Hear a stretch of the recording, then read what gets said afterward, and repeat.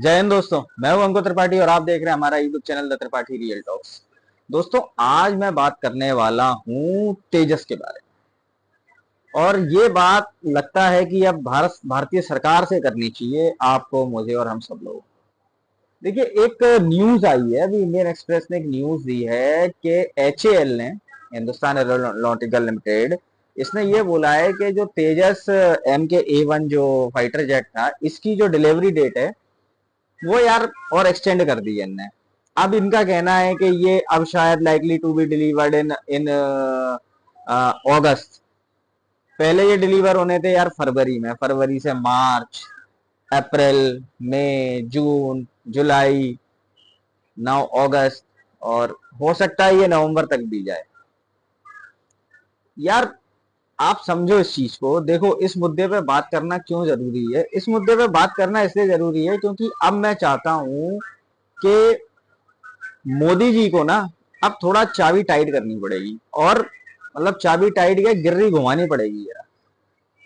आप समझो, देखो, एच ए एल जो है वो एक एक गवर्नमेंट एजेंसी है, ठीक है।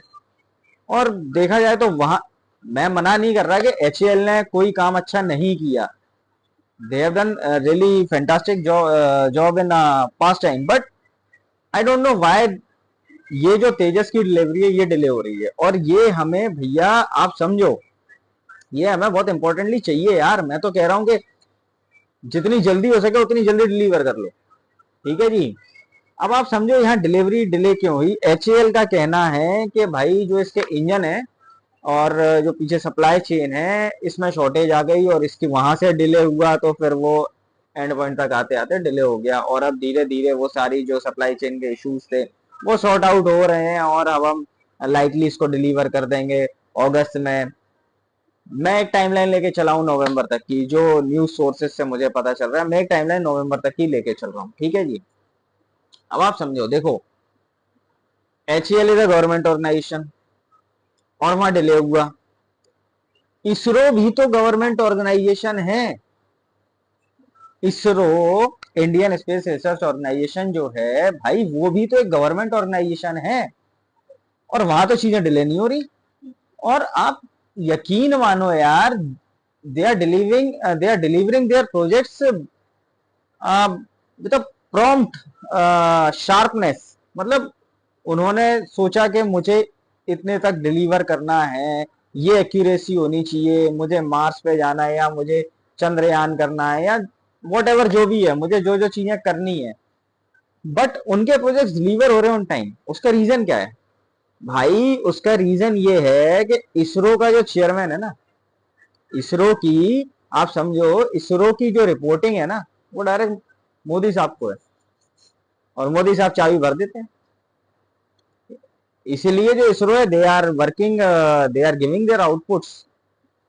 बट ऐसा नहीं है ना यार कि एक कंट्री का जो पीएम है वो सारी गवर्नमेंट एजेंसीज को अपने हाथ में रखे या सबकी रिपोर्टिंग खुद को करा ले। भाई, इसरो के चेयरमैन की रिपोर्टिंग मोदी जी को है तो एचएएल का भी आ जाए, और डीआरडीओ का भी उन्हीं को रिप्रेजेंट कर, उन्हीं को अपना रिपोर्टिंग कर दे, और जितने भी XYZ जो भी गवर्नमेंट एजेंसी सारे, उनको। ऐसा भी पॉसिबल नहीं है यार। मोदी जी, और भी तो काम है ना मोदी जी के पास। भाई, पाकिस्तान की तो कमर कैसे नहीं है, तो वो भी काम है उनके पास, बहुत सारी चीजें देखनी है मोदी जी को।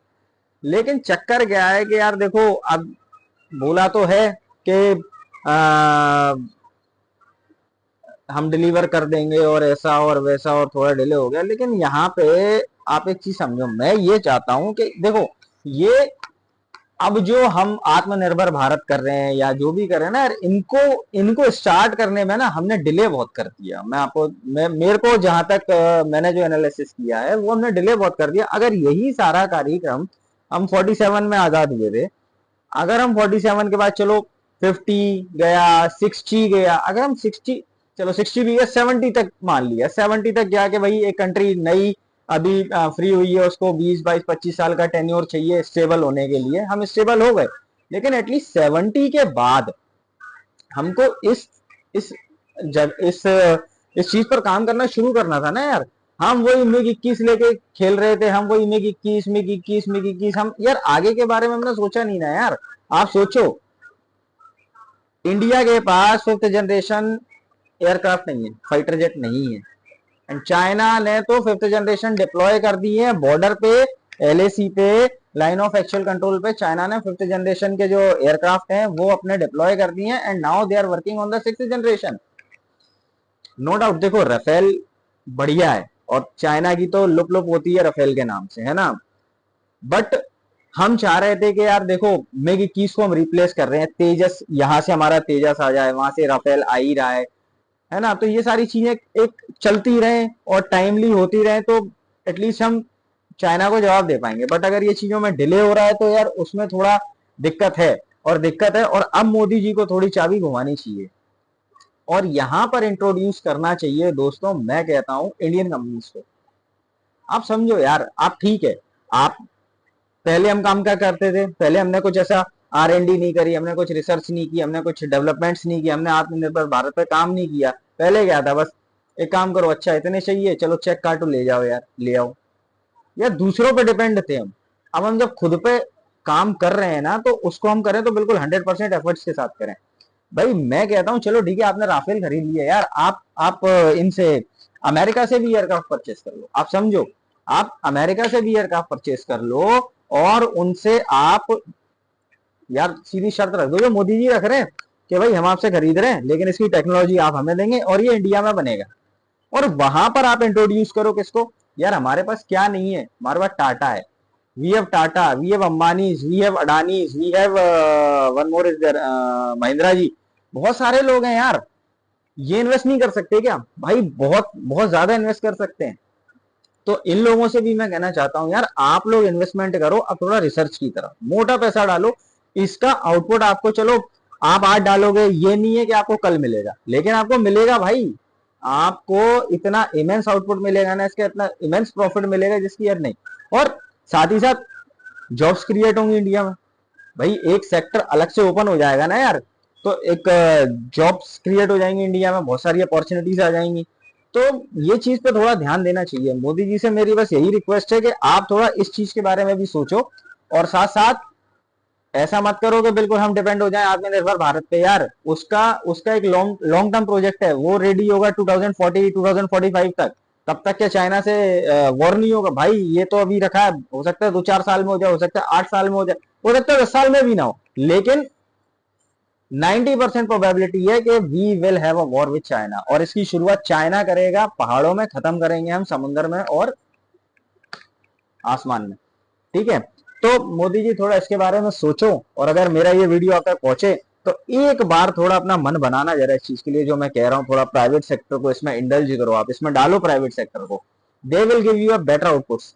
और HAL को भी थोड़ा आप थोड़ा गिर्री उनकी टाइट करो, जिससे ये सारी चीजें डिलीवर होनी है, ये जो तेजस होने यार। क्योंकि मोदी जी आप समझो, मैं तेजस बहुत दिनों से सुन रहा हूँ यार कि तेजस आ रहा है, आ रहा है, आ रहा है, आ रहा है, बट समझ में नहीं आ रहा है कि कब आ रहा है। ठीक है जी, we are taking this as a last timeline from HAL, and हम तो रिक्वेस्ट ही कर सकते हैं आपसे। तो Modi ji, it's my request, please put your eyes, put your brain in this, whatever I am saying, to get engaged the private billionaires of India in this sector, so that ज्यादा से ज्यादा अपॉर्चुनिटीज क्रिएट हो और जल्दी से जल्दी हमें better result देखने को मिले। और मैं अपने दोस्तों से रिक्वेस्ट करूंगा, अगर आपको मेरी आज की वीडियो पसंद आई हो तो दोस्तों मेरे इस वीडियो को ज्यादा से ज्यादा लाइक करें, शेयर करें, मेरे चैनल को सब्सक्राइब करें और इंस्टा पर भी मुझे फॉलो करें, लिंक मैं डिस्क्रिप्शन में आपको दे दूंगा।